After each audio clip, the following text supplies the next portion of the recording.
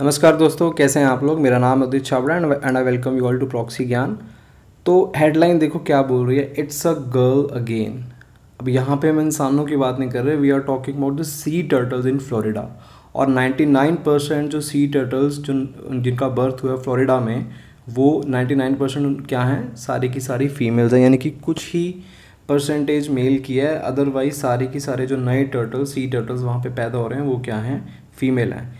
इसी इशू को हम डिस्कस करेंगे इस वीडियो में। तो without wasting any time let's start. उससे पहले अगर आप हमारे चैनल पे फॉर द फर्स्ट टाइम आए हैं, प्लीज़ हमारे चैनल को सब्सक्राइब करें और हमें सपोर्ट करें। तो हुआ क्या है, यहाँ पे जो राइजिंग टेम्परेचर है फ्लोरिडा में, वहाँ पे क्या हो रहा है, जो नॉर्मल टेम्परेचर होता है उससे ज़्यादा टेम्परेचर रिकॉर्ड किया जा रहा है पिछले कुछ सालों से देखा जाए तो। और इसने मजबूर कर दिया है कि हैचलिंग के बाद, हैचलिंग होता है यानी कि जब अंडे से एक जानवर का जन्म होता है, हैचलिंग के बाद जो ज़्यादातर वहाँ पे फ्लोरिडा की बीचेस पे जो सी टर्टल्स पैदा हो रहे हैं वो क्या हैं, फीमेल हैं। और कितने टेम्परेचर की बात कर रहा हूँ यहाँ पे, 31 डिग्री सेल्सियस टेम्परेचर की बात कर रहा हूँ। यहाँ पे आप देख सकते हो, here you can see this is Florida।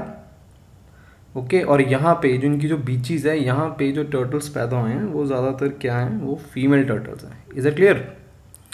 अब यहाँ पे जैसे मैं आपको बता रहा था कि यहाँ पे एक प्रॉब्लम ही बन चुकी है कि ये सेक्स रेशो की प्रॉब्लम बन गई है फ्लोरिडा में। और यहाँ पे मैं दोबारा बोल रहा हूँ, मैं इंसानों की बात नहीं कर रहे हैं, हम किन की बात कर रहे हैं, यहाँ पे सी टर्टल्स की बात कर रहे हैं। यहाँ पे ये देखा गया कि पिछले 4 सालों से, साइंटिस्ट का ऐसा कहना है, पिछले 4 सालों से फ्लोरिडा में जितनी भी सी टर्टल्स पैदा हुए हैं वो सारे के सारे क्या हैं, फीमेल्स हैं, ऐसा साइंटिस्ट का कहना है। और इसके लिए हम किसको ब्लेम करें, किसको ब्लेम किया जाना चाहिए कि जो ज़्यादातर वहाँ पे सी टर्टल्स पैदा हो रही हैं वो फीमेल्स हैं। तो यहाँ पे राउटर्स एक न्यूज़ एजेंसी है, उन्होंने रिपोर्ट किया है कि इसका ब्लेम हम किसको देंगे, इसका ब्लेम देंगे हम क्लाइमेट चेंज को। अब जो यानी कि जो इंटेंस क्लाइमेट चेंज है उसकी वजह से 99% जो सी टर्टल्स बेबीज़ पैदा हो रहे हैं यहाँ पे फ्लोरिडा में वो क्या हैं, फीमेल हैं।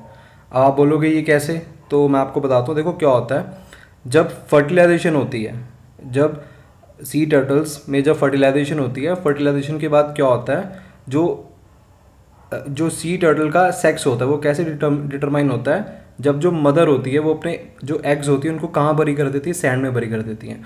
और सैंड का जो टेम्परेचर होता है वो डिसाइड करता है कि जो टर्टल्स हैं वो मेल होंगे या फीमेल होंगे। कैसे, अब देखो, अगर वो जो टेम्परेचर है वो 27 डिग्री से नीचे होगा तो क्या पैदा होगा, एक मेल सी टर्टल पैदा होगा।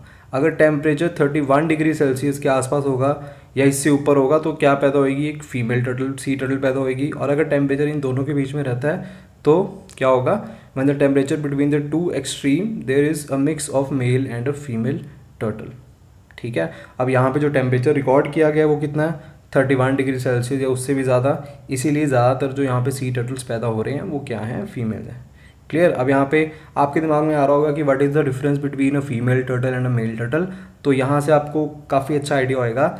देखो, जो फीमेल टर्टल होता है उसकी लेंथ कितनी होती है, it is 6 to 7 inches long. और जो मेल टर्टल होता है उसकी लेंथ कितनी होती है, इट इज़ 4 इंचज़ लॉन्ग। ठीक है। और फ्लैट प्लास्टन होता है, और इसमें क्या होता है, मेल में कॉन्केव प्लास्टन होता है, यानी कि जो अपर बॉडी होती है ना, इसकी बात कर रहा हूँ मैं। फीमेल्स में क्या होता है, ये फ्लैट होता है, और मेल में क्या होता है, कंकेव प्लास्टन होता है। इसके बाद शॉर्ट स्टबी फ्रंट क्लॉज पाए जाते हैं फीमेल्स में, और लॉन्ग फ्रंट क्लॉज पाए जाते हैं मेल टर्टल में। शॉर्ट स्किनी टेल पाई जाएगी फीमेल टर्टल्स में, और लॉन्ग थिक टेल पाई जाती है मेल टर्टल्स में। इसके अलावा कलर का फ़र्क होता है, जो फीमेल टर्टल होती है वो लाइट कलर की होती हैं, और जो मेल टर्टल होते हैं वो डार्क कलर के होते हैं। तो ये डिफरेंस आपको याद रखना है between a female turtle and a male sea turtle. Is that clear. Okay. और साथ में जो यूएसए में एक एजेंसी है जिसको क्या बोला जाता है, नेशनल ओशन सर्विस।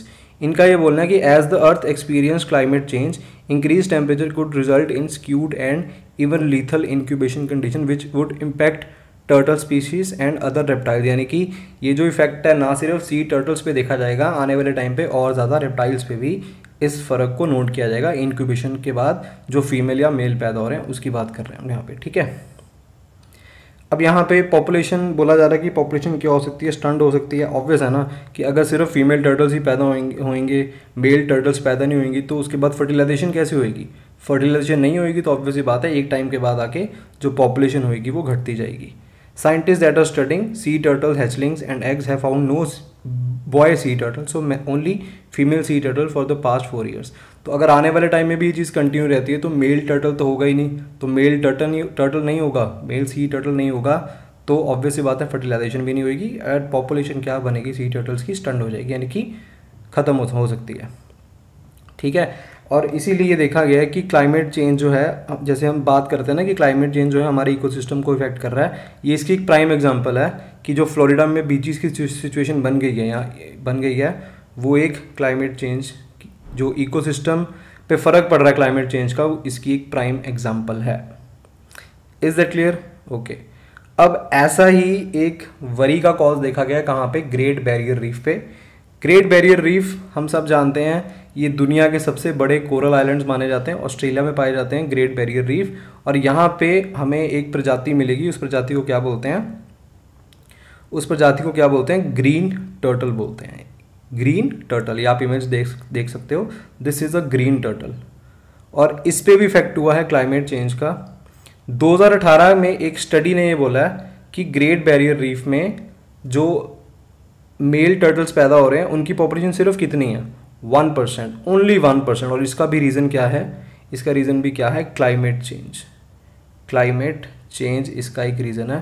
तो हम देख सकते हैं कि क्लाइमेट चेंज हमें किस तरीके से, हमें और साथ के साथ ये जो और रेप्टाइल्स हो गए या और जानवर हो गए उनको किस तरीके से ये इफेक्ट कर रहे हैं. ठीक है. और ऑब्वियसली ये अदर जो है रेप्टाइल्स के लिए भी एक थ्रेट है ये. जैसे फॉर एग्जांपल आप देख सकते हो एलिगेटर्स हो गए, क्रोकोडाइल्स हो गए, वहाँ पे भी ऐसा ही हमें चीज़ें देखने को मिली है कि पॉपुलेशन फीमेल की ज़्यादा है और मेल की कम है. और इसके अलावा ऑस्ट्रेलिया में एक प्रजाति पाई जाती है, आप देख सकते हो इसको इस इमेज में, इसको क्या बोलते हैं, ऑस्ट्रेलियाज बियर्डेड ड्रैगन. ठीक है.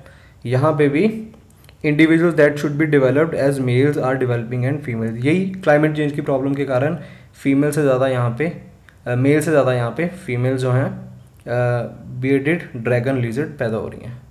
ठीक है. तो ये हमने इस वीडियो में देखा कि किस तरीके से क्लाइमेट चेंज जो है एक बहुत बड़ा कंसर्न बन गया है और यहाँ पे क्लाइमेट चेंज की वजह से हमें अलग अलग चीज़ें देखने को मिल रही हैं. जैसे फ्लोरिडा में मैंने आपको अभी हमने डिस्कस किया कि किस तरीके से फीमेल सी टर्टल्स ज़्यादा पैदा हो रही हैं पिछले 4-5 साल से. क्लियर? तो आई एम वेरी श्योर कि आपको हमारी वीडियो से कुछ ना कुछ नया जानने को मिला होगा. अगर आपको कंटेंट अच्छा लगा तो प्लीज़ लाइक करें, और जहाँ या अगर डिसलाइक कर रहे हैं तो ज़रूर हमें बताएं कि डिसलाइक क्यों कर रहे हैं, ताकि हम अगली वीडियो में उसे इम्प्रूव करें. For more updates keep following Proxy Gyan. Thank you so much.